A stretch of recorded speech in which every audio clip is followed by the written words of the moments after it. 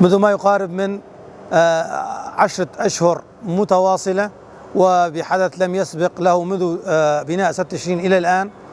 تنخفض واردات نهر الفرات بشكل ثابت ومستقر دون أي موجات زيادة أو موجات إسعافية تنقذ ما يمكن إنقاذه من الانخفاض الاستراتيجي والكبير في مياه البحيرات. اللي عم نشوفه حاليا وارد من الجانب التركي يتراوح ما بين نصف وأقل من نصف الكمية، أحيانا بنزول فظيع وصل أحيانا إلى 168 متر مكعب في الثانية. هذا الوارد لا نشهده إلا في حال إيقاف كامل لواردات النهر. نعلم أنه مر علينا فصل الصيف الطويل والشاق اللي بيستنزف واردات النهر من جانب الري والشرب وتوليد الطاقة الكهربائية. ما يأتي إلى النهر من الجانب التركي لا يغطي مياه الري والشرب والتبخر، وبالتالي كل توليد الطاقة الكهربائية يتم استنزافه من مخزون البحيرات. منسوب بحيرة سد تشرين حاليا بانخفاض 4 أمتار شاغولية عداك عن الانحسار الأفقي للبحيرة. منسوب بحيرة سد الفرات، هذه البحيرة العملاقة الكبيرة، الآن بحدود 6 أمتار، نزول كامل بحدود 6 أمتار. هذا الرقم مرعب لبحيرة بطول 80 كيلومتر وبعرض من 4 إلى 6 كيلومتر. النزول الشاقولي 6 أمتار، نزول مرعب استنزف كامل مخزونات البحيرة. تحول نهر الفرات من نهر عظيم رقراق إلى جدول بسيط، مجاري مائية، مستنقعات نهرية، ونشهد ما يمكن أن نشهده في محافظات دير الزور والرقة وعلى نوعية المياه وقلتها.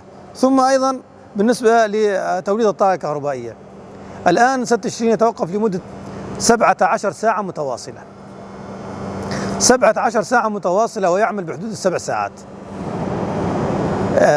يعني 7 ساعات هو بحدود الدنيا، بدل ما يشتغل عنفات 6 وباستطاعة الكاملة، عنفات 6 جاهزة، الآن يعني عنفتين وباستطاعة اسمية بحدود 140 ميجا العنفتين معا. بينما في الظروف المناسبة، ظروف التشغيل المناسبة، المناسيب الجيدة، العنفتين تعطي حوالي 210 ميجا. الأثر الحالي الملحوظ واللي بيلاحظوه كل الناس هو انخفاض ساعات التغذية الكهربائية. اليوم أنا عندي سد تشرين متوقف لمدة 17 ساعة متواصلة، عندي 6 عنفات جاهزة للعمل في حال الوارد الجيد والمناسيب الجيدة. في السدود يتأثر عمل العنفات بشكل كامل بالضاغط اللي هو الفرق ما بين المنسوب العلوي والسفلي. كل ما كان الضاغط أكبر كل ما كان مردود العنفة أكثر. اليوم أنا عندي الضاغط في أسوأ أحواله، لذلك العنفة عم تعطيني مردود قليل جدا وعم بخسر 35% من مردود العنفة. أيضا سد تشرين يتوقف لمدة 17 ساعة متواصلة. 17 ساعة متواصلة أنا عم بحرم المنطقة من الكهرباء تماما. يعمل لمدة 7 ساعات وباستطاعة عنفتين بحوالي 140 ميجا. حاجة المنطقة أكثر بكثير جدا من توليد سد تشرين. لو كان التوليد متواصل كان تغير الوضع، أما توليد جزئي فعم بيأثر بنسبة كبيرة جدا وأثره ملحوظ على كل عملية التغذية الكهربائية. أنا حاليا عم بحسن أغذي المنطقة يعني بالحد الأقصى 2 أو 3 ساعات خلال 24 ساعة. يعني هذا الممكن، هذا المتاح. أنا ما عندي مي تخليني أولد 24 ساعة. أنا عم بستنزف البحيرات، بحيراتي يوميا في نزول.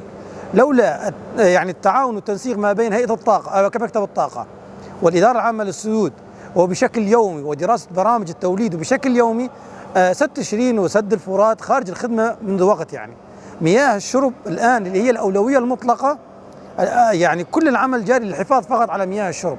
توليد الطاقة الكهربائية أصبح حسب الممكن وحسب المتاح لا أكثر. يعني هذا من ناحية توليد الطاقة الكهربائية. تغذية المحطات يتم بجداول وتحقيق العدالة ما أمكن بين هذه المحطات، ولكن يعني أعود وأكرر للأهالي أن يعني يعذرون السدود.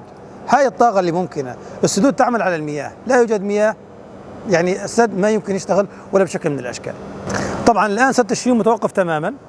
اللي عم نشوفه حتى تغذية سد تشرين عن طريق سد الفرات، حتى تغذية سد تشرين لمدة 17 ساعة سد الفرات. هذا الشيء بيخلق أيضا عندي أزمات تشغيل لا سمح، يعني في حال حدوث أي طارئ على سد الفرات أو على خط الربط نضطر نشغل عنفات لتغذية السد وبالتالي هدر مياه، ونحن بأمس الحاجة إلها يعني لنغذي السد فقط السد وملحقاته. فتوليد الطاقة الكهربائية في أدنى حالاته وانقطاع النهر بشكل متواصل لمدة تزيد عن 10 أشهر، أيضا هذا الأمر لم يحدث في تاريخ 6 تشرين.